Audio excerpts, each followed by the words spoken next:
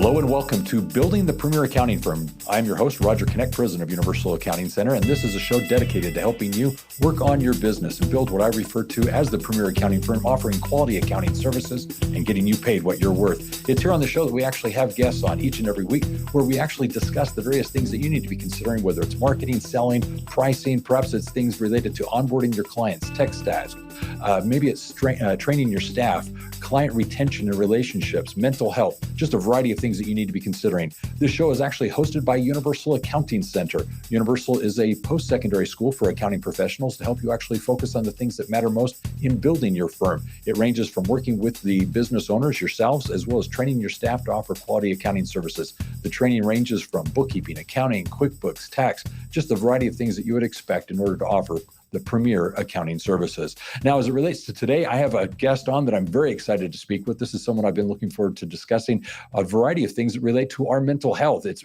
Andrew O'Brien. He is the founder of the Mind Blowing Coach, a business with the sole mission of boldly and authentically partnering with individuals and organizations to sustainably transform whatever chronic stress or burnout is plaguing them so that they can actually live the life with more meaning, purpose, energy, health, and joy. Now, with more than 25 years of relevant experience, Andrew holds an MBA in HR management, a BA in communications, and is credentialed as a professional certified coach through the International Coaching Federation, National Board of Certified Health and Wellness Coach, and Society for Human Resource Management Senior Certified Professionals. In addition to offerings that he actually works with adults.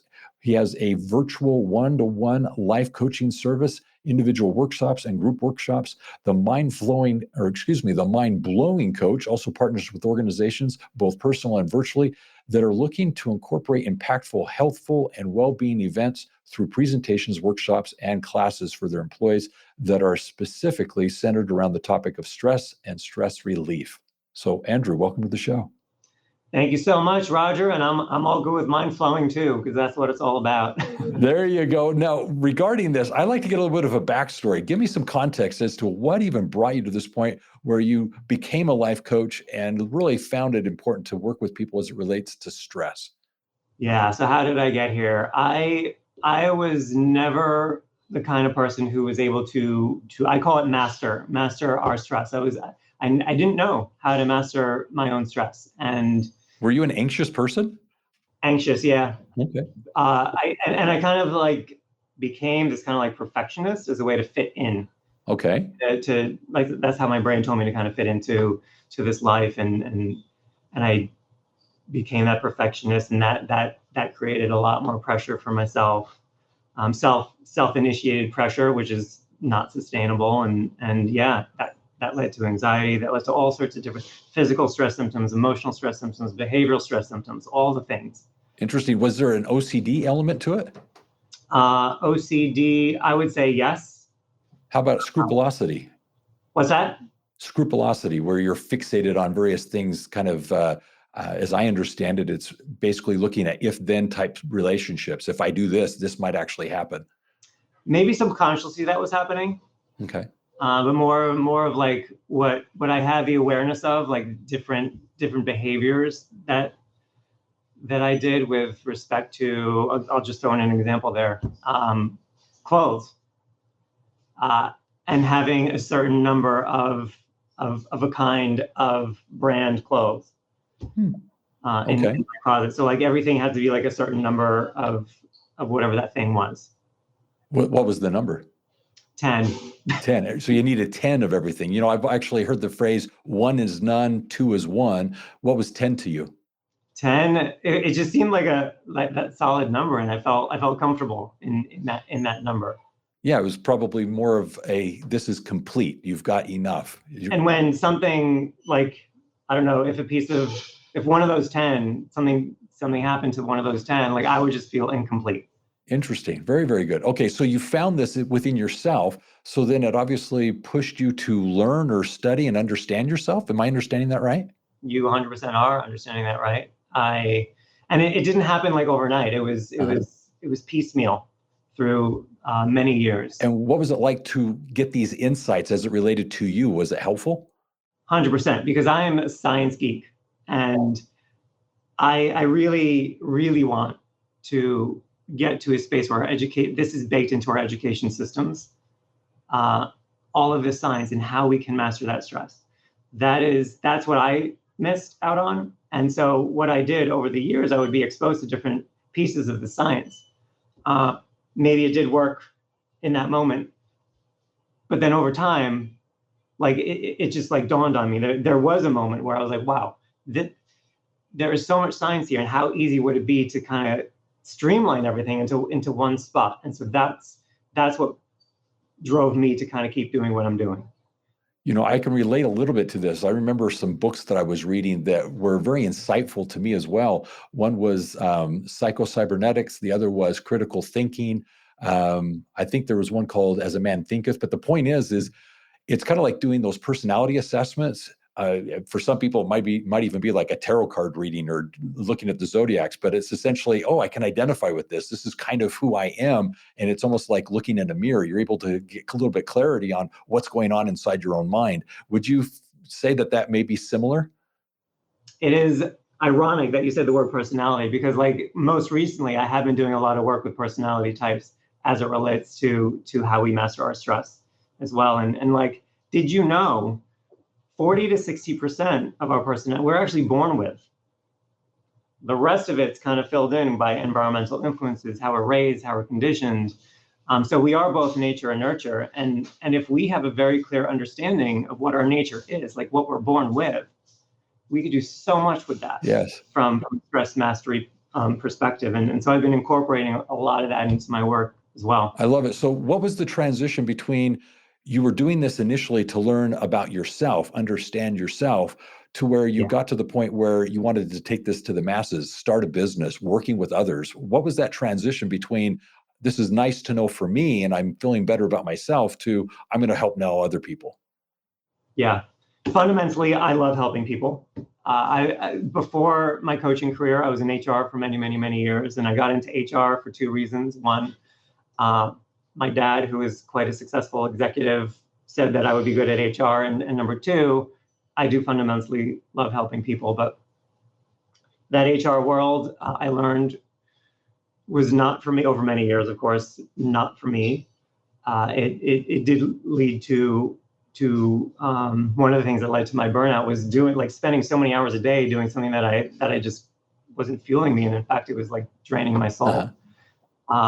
But yeah, so selfishly in the beginning, it was like, what can I do to eliminate my physical, my emotional, my behavioral stress symptoms? Because like I know life has to be better than this experience. And once I figured it out, once I put all of that science, all of those pieces together, I learned that it worked for me.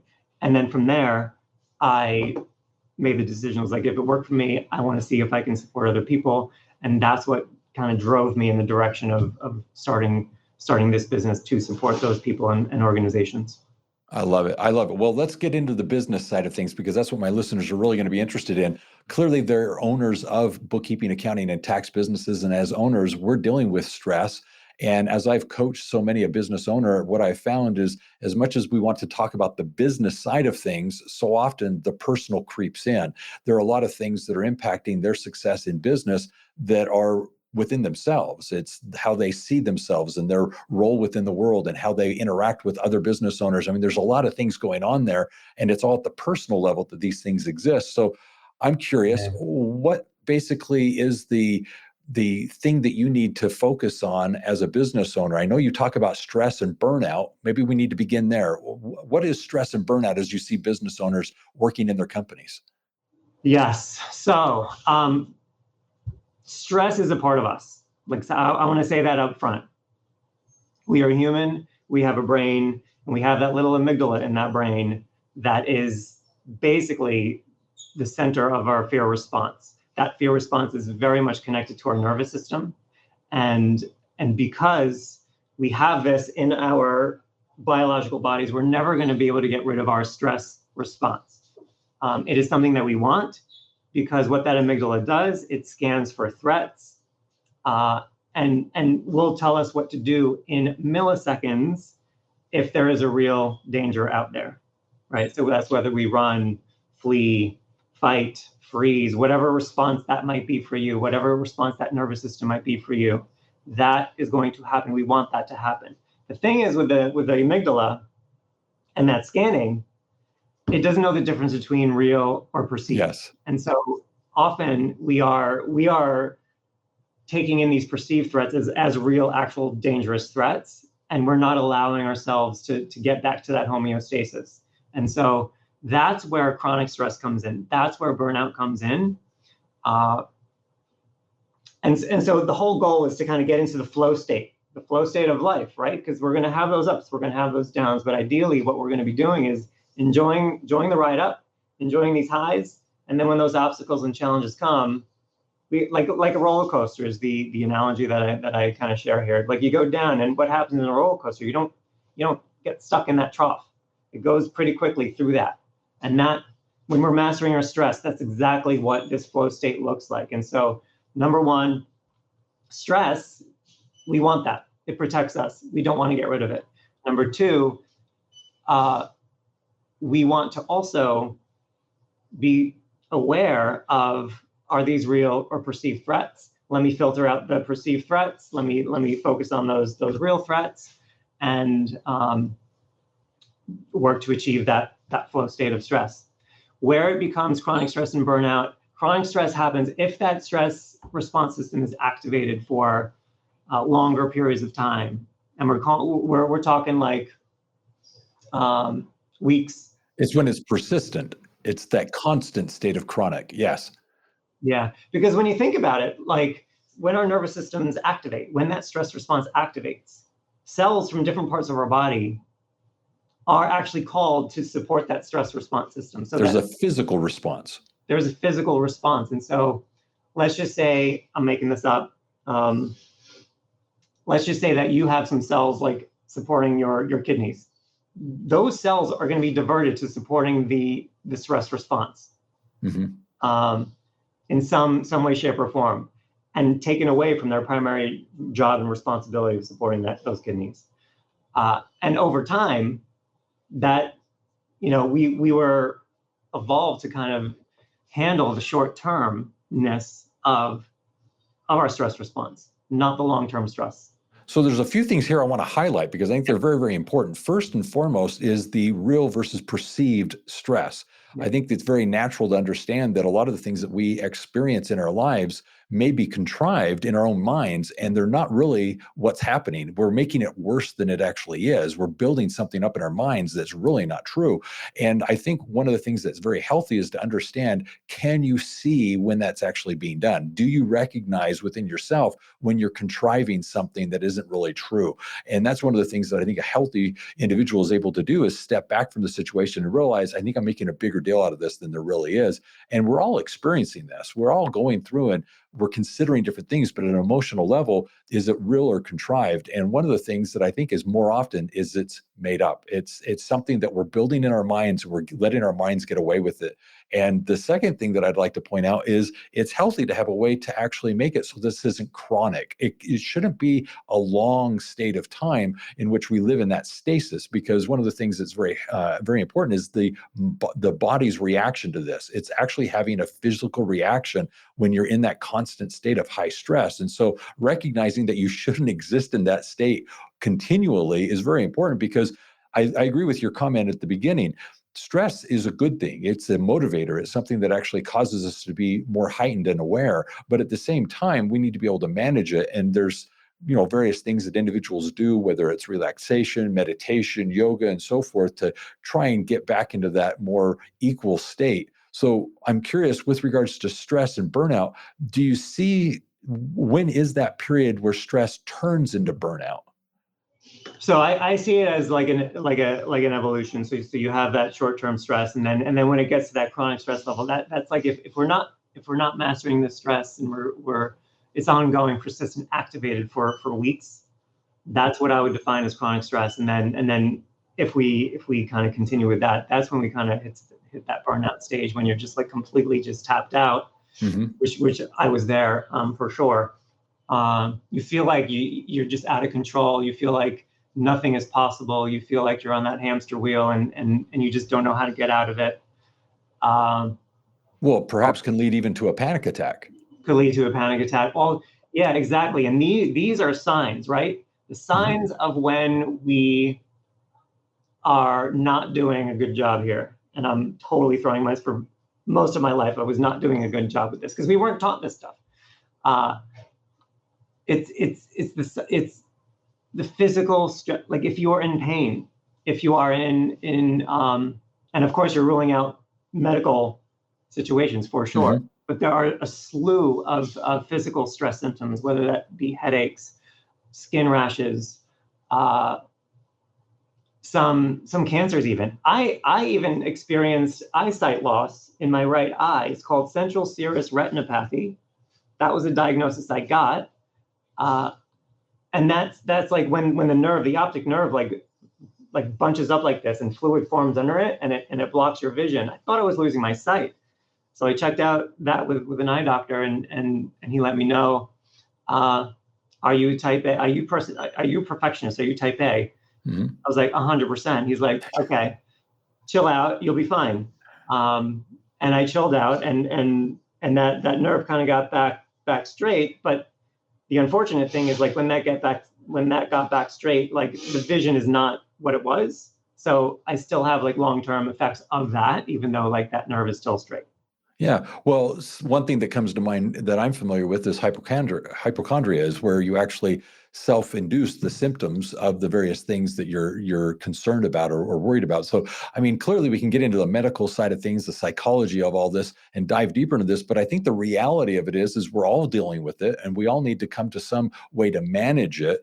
And I think we first begin with the idea of there is a healthy element of stress. So, starting with the fact that some stress is okay is a good place to begin. Chronic isn't what we're wanting, so we want to find a way to sever the systematic or the systemic nature of it so that it's not constant. And Yeah. then the next thing we need to realize is if it persists, we could get to a point where it will burn us out, and that there are physical components associated with stress, that it is having a negative impact on our body in various ways. And we can talk about those at length. So I guess the question I want to come to is, why do we experience all this? Is there any reason as to why we're causing this to ourselves? My answer to that is yes. And why we are experiencing this increasingly is so many reasons, but I'll streamline this. Uh, Number one, we are bombarded with information Hmm. more so than I kind of always talk about like the cave people days. Their access to information was way limited. They were mostly contained in their groups of people. They did not know what was happening in the state next door and in the country overseas. They they did not have access to the news. They didn't have access to all of these like social media platforms. Our information bombardment is a real thing today, and yeah, there's a lot of pros to that, of course. But going back to that scanning, right? There's so much perceived negative stuff that we're allowing into our systems, and that I believe is one of the main reasons why we are where we are from a stress and burnout perspective. Perfect. I really appreciate the fact that you addressed, I think, one of the key elements to this, which is the negative information that's flowing around us. And I think it's very important when I hear people say that they intentionally start to not necessarily shield themselves, but they stop actively pursuing these negative things. Some people, turn away from social media. Some people stop looking at the news because they realize that some of these things are triggering them. And so what we look for then are, how do we actually find ourselves in a better, happier state? What are the things that I can do to proactively put myself there? And that's when you start to hear people speaking of, I'm going to start with mission statements or affirmations. I'm going to begin with a daily routine of meditation and prayer. You've got things that people then intentionally are doing to circumvent this vacuum that sucks us into the negativity around us. Is that resonating with you? It is absolutely resonating with me, and the point that I want to make there is that the key is to find out what works for you, Hmm. right? And so I've streamlined all of this science, right, into 10 buckets, and that is applicable to everyone with a brain. because it's very much founded in brain health. When we optimize that brain health, we're optimizing our nervous systems. That's what it's all about. So that's applicable to everybody, those 10 buckets. But then how you apply these 10 buckets is going to be personal and individualized. So someone might not like to meditate, and that is 100% okay. Yeah. What can you do instead? What will work for you instead? Yeah. Well, before we go there are two things that I'd like to do. First of all, mention that one of the things that I personally do is find a way to laugh. I want to be in a happy state. And so I consciously try to find ways in which I am able to chuckle and laugh and find humor in things. And so if I can actually get that laughter to come, I find that I have a relief, and that release that I'm experiencing is, therapeutic to me. And so I am consciously trying to find things that are humorous and fun. Learn the turnkey process for starting and building a successful accounting business. It's in this course that you'll actually experience 4 specific trainings. Part 1, your business plan, everything you need to know to get started. Part 2, how to price your services, the pros and cons of different methods and the best way to price your services that are both profitable and professional. Marketing and selling your services so that you can actually be top of mind, but more importantly, how to actually be seen as a trusted strategic advisor. And last of all, mapping it all out. 5 principles in running a profitable business so that you can be both competent and confident in the services you're providing. Learn now what it is you can be doing to start and build your own successful accounting, bookkeeping, or tax business. Go to the episode description and there get the information you need to take advantage of this today. But the thing I wanted to talk about before we get into the 10 buckets is, what are some of the misconceptions about burnout that hinder our ability to manage stress? And I want to talk about those before we get to the buckets. That stress is a bad thing. We touched upon this already. Like, stress is something that it's a part of us. And if you are someone that's experiencing burnout right now or chronic stress, please do not judge yourself. Please do not judge yourself negatively. Please do not think that anything is wrong with you. You're not broken. You are not broken. You are absolutely not broken. This is just your body, your nervous system doing what it does as a way to protect you. And as we know, we're not evolved to kind of sustain that long-termness of a sustained stress response. We're just not built for that. So you are not broken. And I think a lot of people who are experiencing this chronic stress and burnout, they have a sense of defeatedness. Yes. And I think that is, if there was one misconception that I want to bust, it's that one. You are complete, you are normal, you are healthy, you are a human. Mm-hmm. And yes, we can apply and all of this amazing science, because that's how we master it. Yeah. One thing I'd like to add to this is a phrase that I learned, and I use it very often, especially when I'm working with my clients and friends and family. And it's this very simple phrase of, you are enough. And I want that to sink in. You are enough. There isn't anything that's lacking. You're not broken. You are enough. You are a good person. And in my context, my frame of reference, I see individuals as children of God. And so by seeing individuals that way and seeing myself that way in the mirror, I think we can have a little bit more patience and sympathy and more or less a compassion for one another. And I think that's very important to start from that context. So one thing I want to point out, and I just want to break in at this point and mention that if anyone, whether yourself or family or friends, are in not just a burnout state, but you are feeling defeated and broken, perhaps even suicidal, is to call 988. It is the hotline that you can actually take advantage of, and in reaching out, get some professional help and support. And I would definitely encourage everyone, just like 911, have that at the ready to share with family member, friends, or even for yourself when you get into that point where all of a sudden you feel like you are broken and defeated, and you are in perhaps that suicidal state that comes on so fast, but we just need to kind of break that. So just kind of a segue there, but real quickly, do you want to say anything there about that or anything else before we go into your 10 buckets? Yeah, I mean, I just want to echo that. Like, asking for help can be very vulnerable. Mm-hmm. And I want to acknowledge the vulnerability in taking that step for yourself. It takes, whether it's easy to show it or not, it does take some courage to do something like that. And so, but I promise you, if you're hesitating because of that, I promise you that the person on the receiving end is there truly as a support system. They are there to support you through whatever it is that you are going through.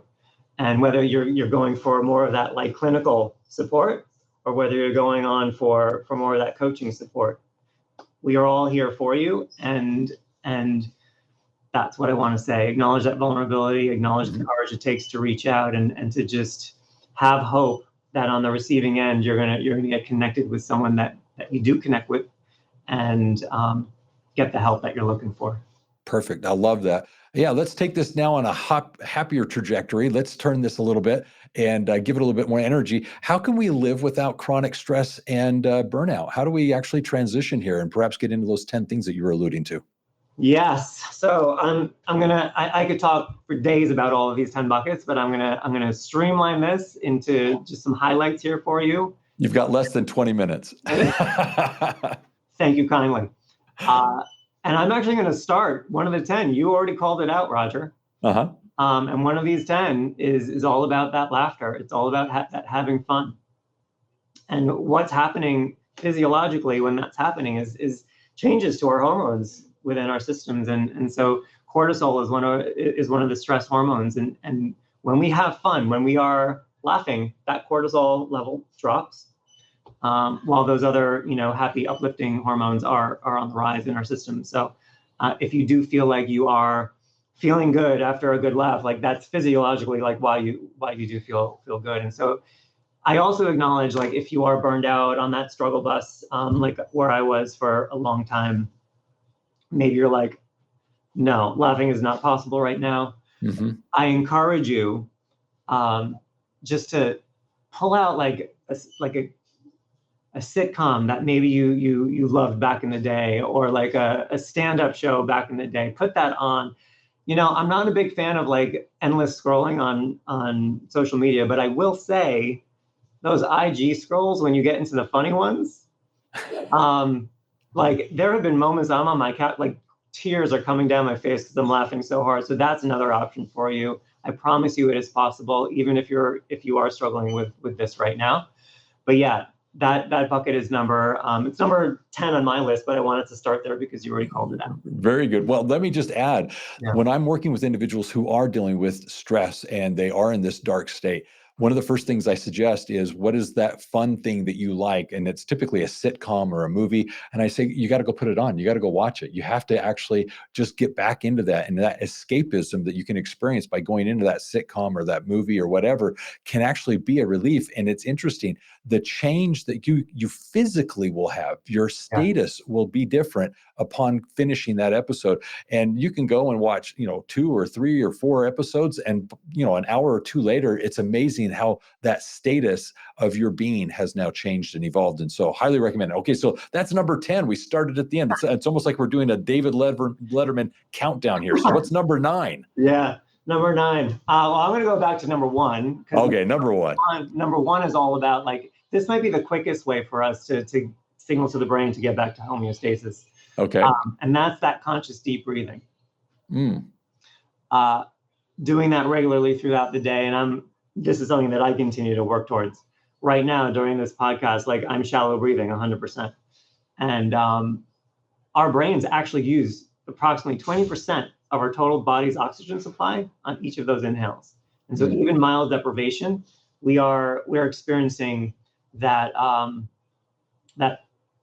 like fatigue. Like it's going to impact that brain for sure if we're not consciously remaining aware of those refreshing deep inhales. I'm not going to get into all sorts of different breathing methods because there are a ton of them. I encourage you to take a look what's out there. There's a 4-7-8 method. There's a box breathing method. There's just like the deep breathing method. But the idea is to kind of bring those inhales down to the bottoms of those bellies as much as you can throughout the day, because your brain will thank you for it.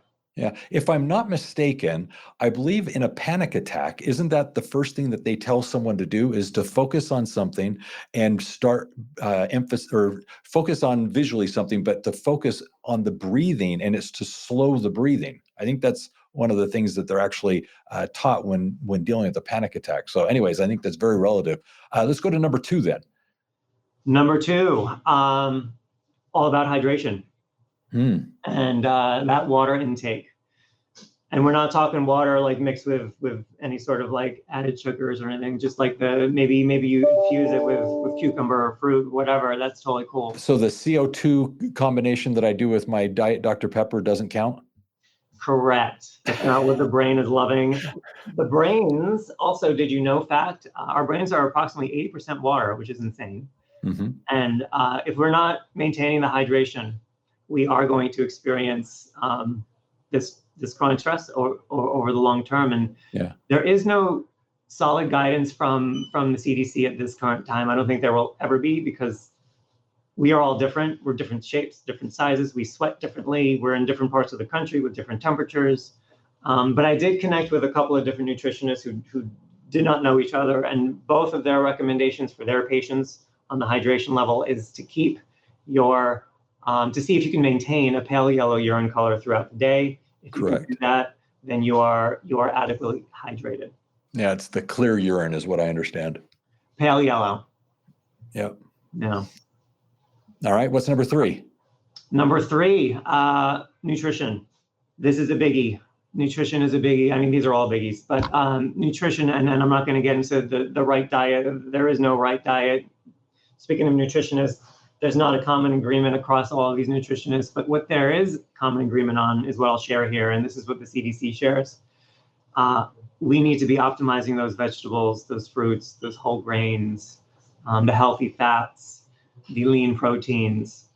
We need to be staying away from those added sugars, those added salts. We need to be limiting or avoiding the alcohol intake.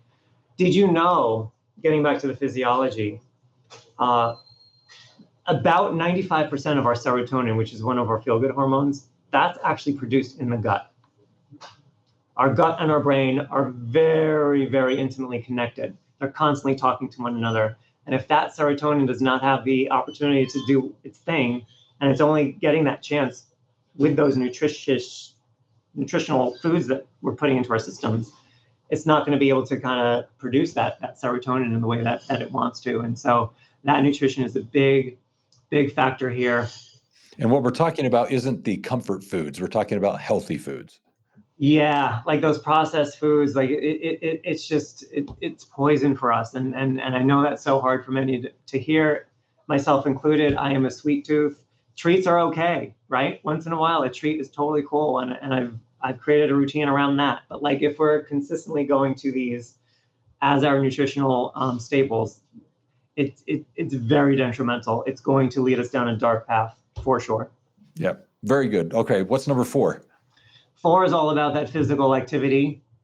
What we're doing there, when we're human, we're born to move, we're meant to move. And when we do move, we're increasing the blood flow, the oxygen to our brains.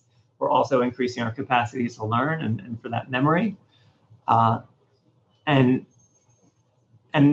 the CDC guidance here, again, I'm focusing on healthy adults between 18 and 65. There are other populations. So if you fall outside of the healthy population group, please check in with the CDC to see what those recommendations are. But from the healthy population perspective, it is at least 150 minutes across the week of cardio, moderate cardio, or 75 minutes, at least 75 minutes of more of the vigorous cardio activity, plus 2 days of more of the muscle resistance training. Yeah, looking at the accounting professionals, so many of us have a sedentary work environment. We're sitting a lot. And so one of the things I always emphasize is just getting outside. Some people call it grounding, where you take off your shoes and you go into the grass and put your feet into the soil. Yeah. One of the things that I think is very healthy there is getting out and getting the vitamin D as it relates to the sunlight. It's just getting outside. And we spend so much time inside that if we can just get outside, I think we can just take in that fresh air and really kind of enjoy what nature has to offer. And so it's got that active state. So I think that's one of the things that I would contribute to that. What's number 6? And on that point, there's so many different ways that we can move. So many, even throughout our busy days. And yeah, to your point, Roger, get creative with it. Get creative with it. And anything that we do for movement is movement.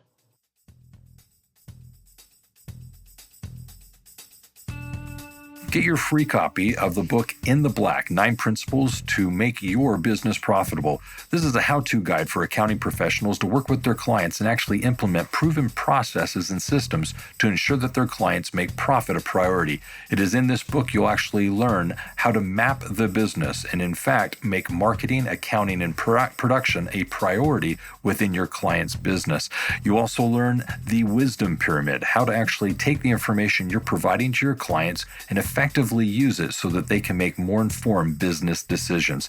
This book is designed to help you communicate more effectively with your clients and, in fact, have them see you as their profit and growth expert. Get your free copy now of the ebook today, In the Black, 9 Principles to Make Your Business Profitable. What are we on, 5, 6? 5 is all about sleep. And sleep, another biggie. What's happening here? So during the deep parts of our sleep cycle, which happens if we're getting that consistent regular sleep, it happens maybe 2 to 3 times over the sleep cycle. The primary thing that's happening there, that glymphatic system activates. If you don't know what the glymphatic system, that is a system that flushes out all of the dead neurotransmitters that have accumulated throughout the course of the day. Out of our brains, into the bodies, out of the bodies. That's what it does during the deep parts of our sleep. So if we're not getting that consistent regular sleep, it's no wonder why we're waking up feeling groggy, like hitting the snooze button at least 10 times, having low energy, not wanting to do anything. So the 5 or 6 hours I'm getting aren't enough? According to the CDC, we need to be getting at least 7 hours of consistent regular sleep. So it might not be. Some people require less. Some people require more than that 7, but that CDC magic number is at least 7. And if you're struggling with this, some recommendations to optimize that sleep hygiene is think about your sleep environment. Like, is it dark? Is it quiet? Is it a temperature that you feel good at? Like, you don't want to be waking up like freezing in the middle of the night. You don't want to be waking up like sweating in the middle of the night. And they also talk about avoiding the television at night. They talk about avoiding the cell phone, the ambient light that comes from that can be harmful right before falling asleep. And I'm horrible because I'm typically on my phone at the last. So yeah, especially the phones and the iPads and the laptops, the ones that are closer to the eyes, because that technology is basically telling your brain to stay awake. Correct. And there are technologies to put stuff over your eyes or over the screens, but at the end of the day, that it's still getting into your brain. Yeah. And so the TV's at a distance, not as impactful. The sounds might be like when we're in the middle of our sleep, but yeah. To fall asleep to the TV, yeah. Not doing vigorous workouts like right before you go to sleep, not eating heavy meals right before you go to sleep. Those are other things. And of course, if you snore, I always say don't ignore that snore, because it could be a simple fix there, and it could be totally a whole new life if you get that fixed, if you do snore. Oh yeah, sleep apnea. It's a big thing. Many people have it, and to use one of the devices, machines, and so forth, definitely a game changer. Yeah. Yep. All right. I think we're on 7? 6. 6. Oh my heavens, we've got only a few more minutes. Yes, 6. But we already did 10, so only a few more left. All right. So 6, we got gratitude. Gratitude is also another impactful domain, and this, you're literally reshaping different brain parts to support you. When you are chronically stressed, by the way, / burnout, your amygdala expands in size. Where 2 other brain parts, the prefrontal cortex, the hippocampus, these are parts that are connected to executive functioning, rationale, logic, positive emotions, they shrink in size. What this gratitude is actually doing, you're doing stuff for you. This is a totally selfish thing, and selfish is a really good thing in this context, because you're changing those brain parts to support you. And so we're not talking hours out of the day, folks. A consistent 5-minute practice each day can make a world of difference from that perspective. And there's so many different things that we can be grateful for, whether that's people, pets, ourselves, or material things. I could go on and on and on, but I know we're running out of time. I happily embrace this one. This is one that is a game changer for me. When I was younger, I was a pessimist. I now consider myself an optimist. In fact, I'm probably overly optimistic on things in many ways. But the thing I'd love to highly recommend is for the people I work with, I always recommend going through or doing a gratitude journal and every day writing down 10 things for which you're grateful and you cannot repeat. And there's a 28-day challenge. We don't have the time to go into it, but doing the 28-day challenge, I literally see people's brains rewire in the sense that they now start to have a different outlook on life. They see things differently. They're able to recognize the things that they're grateful for. They're able to be much more optimistic. Highly recommend it. It's a game changer. And when you can focus on the things in your life for which you're grateful, your experience with people, with situations totally change simply because you're able to see the positive in so much around you. So highly recommend this. Love this point. This is a beautiful one. What's the next one? Yeah, and then we got rest, which is separate from sleep. Our brains are not muscles, and so the brain doesn't tell itself when it's tired, unlike your other muscles that will send signals to the brain like, I need a break, I'm tired. Our brain doesn't do that for itself because it's an organ. However, based on the latest science that's out there, our brains fatigue after about 90 minutes of focused activity. And that could be sooner, it could be longer than that, just depending on the intensity of whatever task that's at hand. And so it's all about building in like little breaks throughout the day. We're not talking about hours out of your day, sprinkling little breaks whenever it's feasible for you to take that break. And what that break is about, ultimately, maybe it's that gratitude, maybe it's listening to a song that is uplifting. It's all about that uplifting piece. Maybe it's going to your camera roll to see a picture of someone who you love, or an animal that you love, or a vacation spot that you went to that you loved. But yeah, that's all about this rest piece. And the more that we do that, the science also shows that we're actually more productive and we're more efficient with the time that we do have in our day. I love that one. I just had an interview with someone, John Briggs is a friend of mine. He wrote a book, it's 3-3. It's basically talking about this very important point. And one of the things that we dove into is that the mind can only endure what the behind can endure. And what that was meant to imply is that you can typically sit for about 3 hours comfortably. And that's about what the brain can sustain. And so if you're breaking up your day into 3-hour chunks at the most, then you're going to be able to actually accomplish a lot, being more effective, more engaged. And that's a great thing there. Okay. Yeah. I think this is 8 now, isn't it? Yeah, 2 more to go. Yes. And these might be my 2 favorite to work in with my clients, because it's just, I don't know, gratitude. I love gratitude, but go, number 8. That's all great. So number 8, it's all about expression, our expression. And what I mean by expression is our emotions, managing our emotions, or mastering these emotions. And like, we are human. As much as we don't want to believe it, we are emotional beings. And like, what we have learned how to do is basically bottle everything up, suppress, whether that's how we were raised, what society tells us to do, but like, that's exactly what we shouldn't be doing. Maybe we shouldn't like blow up in real time, like in an office, for sure. I get that. But what we want to be doing is managing our emotions, so that I call it creating like an emotional highway. We want to create this highway of emotions without traffic, because there's going to be always a situation that triggers us. We're always going to be feeling something. There's always going to be a mood that we're in. Can't escape that.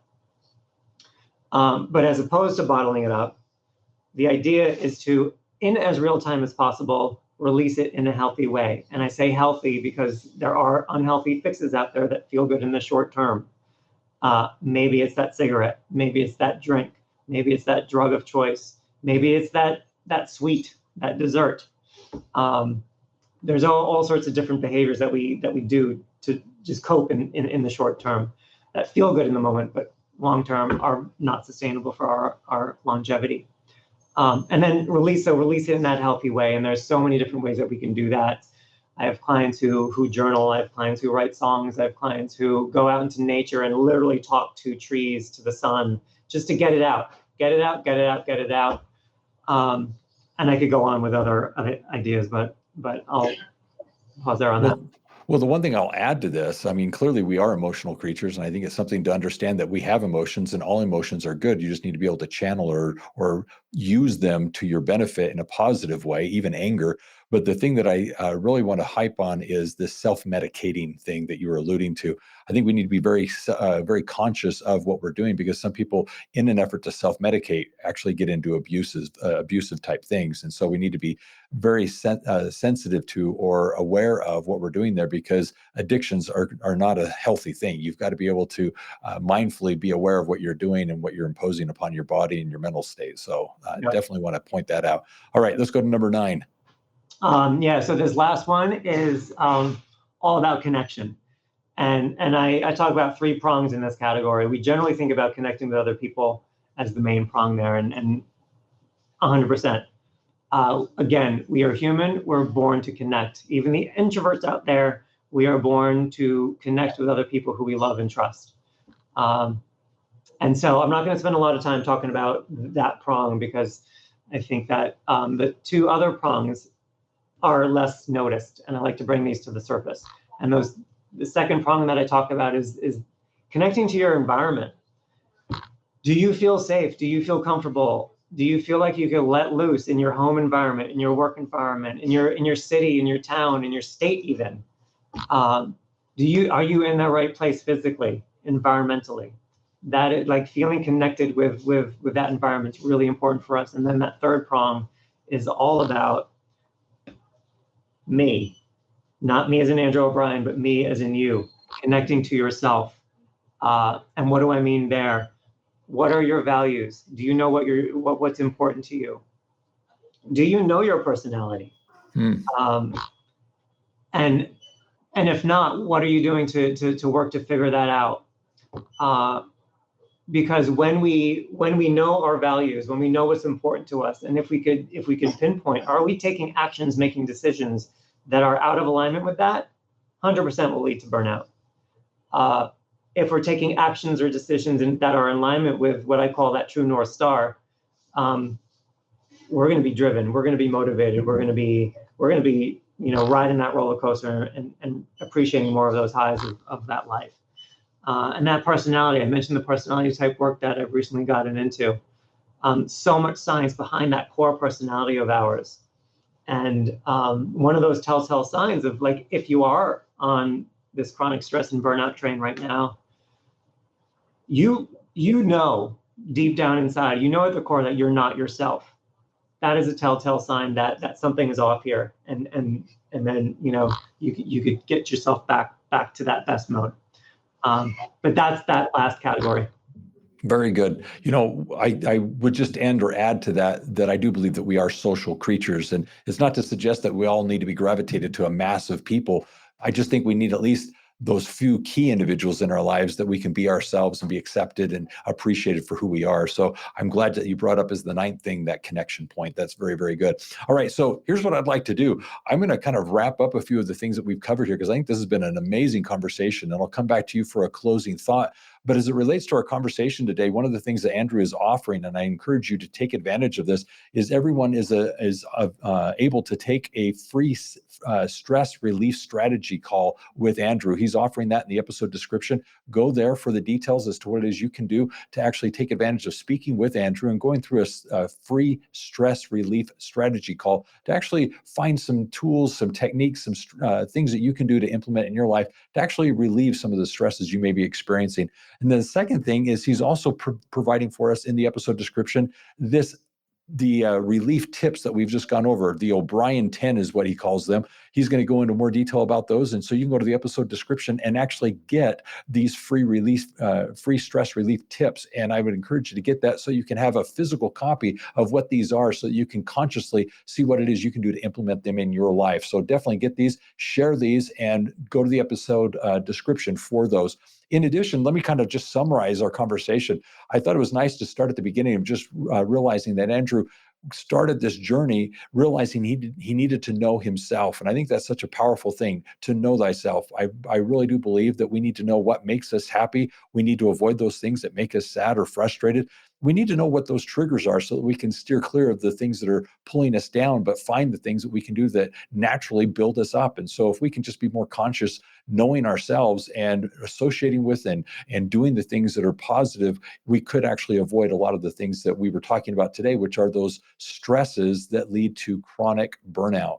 that chronic stress that is actually overwhelming, that has a physical effect on our bodies. I thought was a wonderful part of the conversation today, to realize that even though these things are perceived or naturally happening, either way, physically, we are actually manifesting what's happening around us. And so if we're just conscious of the fact that constant or consistent stress can actually have a health component to it, a negative health component, is I think is a very important thing for us to realize. The other thing is with regards to stress, we did cover the fact that it is a good thing. It is motivating. It is something that we can use to our benefit, but it has to be something that's managed or regulated. And I think that was a good insight to actually bring up today.